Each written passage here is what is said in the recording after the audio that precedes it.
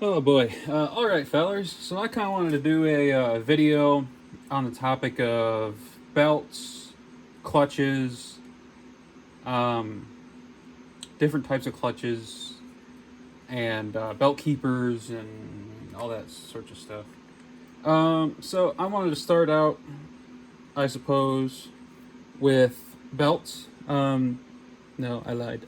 I want to start out with clutches. So, most of you guys that have worked on mowers for a while kind of know about double pulley clutches and how they're kind of the thing to go to. And most of you guys, whether you know it or not, know about single pulley clutches. So, to start with single pulley clutches, say, imagine this bungee cord is a belt. A single pulley clutch just pushes on one spot in the belt. And you can see how much the pulley is moving relative to how much slack it's creating in the belt. Um, that's just kind of the nature of these. Some cases, they will put the pulley itself closer to another pulley that's stationary, and it creates more of a pinch action, which is a little bit better. But I still just don't really like single pulley clutches very much. A double pulley clutch, I think the reason they're so popular is because they're extremely forgiving, and they pretty much negate the need for adjustments, as in like slotted idlers that you can move up and down. So when a double pulley clutch works, imagine each of my fingers is its own pulley. Pretty generally, you have a pinch action like this, and for say like the same amount of movement per pulley as a single pulley clutch, you just create so much more slack in the belt. I mean, see how much my left hand here moves compared to my right. I mean, as compared to like this. So, double pulleys, depending on the design, they don't always create more tension, but since they create so much more slack, they just they create more looseness in the belt, so the clutch can work better in a poor setup. But also, double pulley clutches, since they create so much more slack, they could take up for so much more slack, and as the belt stretches and wears in, and as it wears, it gets a little bit narrower, so it's deeper in the pulleys, creates more slack, sort of.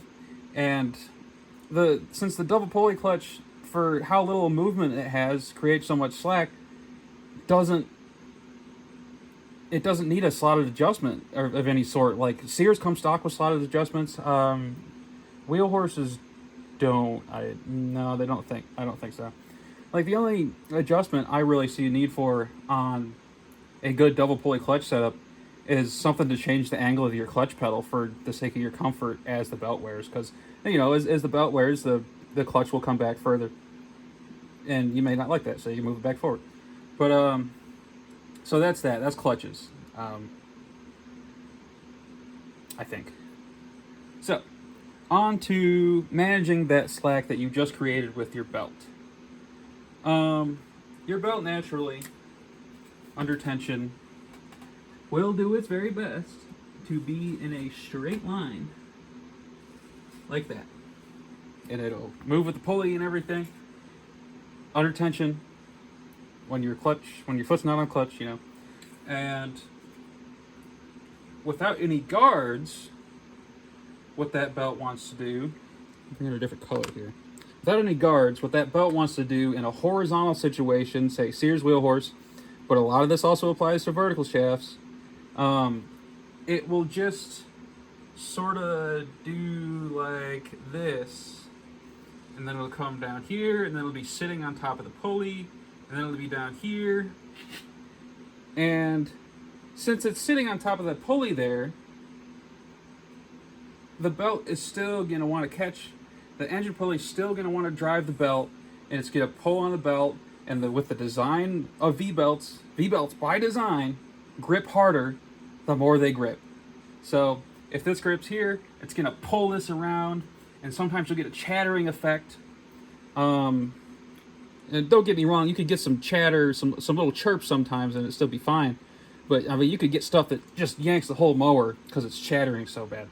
So you want to concentrate that slack that you made with your clutch to where the engine pulley is not going to grab it. So I'll try to erase this here without screwing up my nonsense.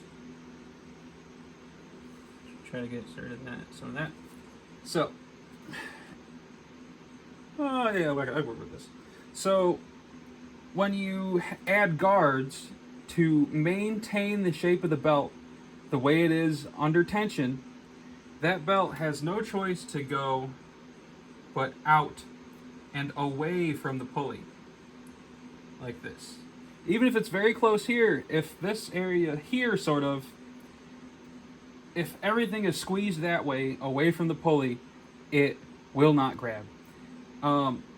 Some situations you could just get away with having one here, and the the force of the belt spinning around will come around and hit this and actually sling it off. That works sometimes. But it is best to have something on both sides.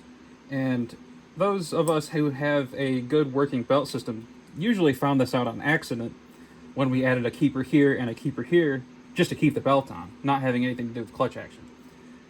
So,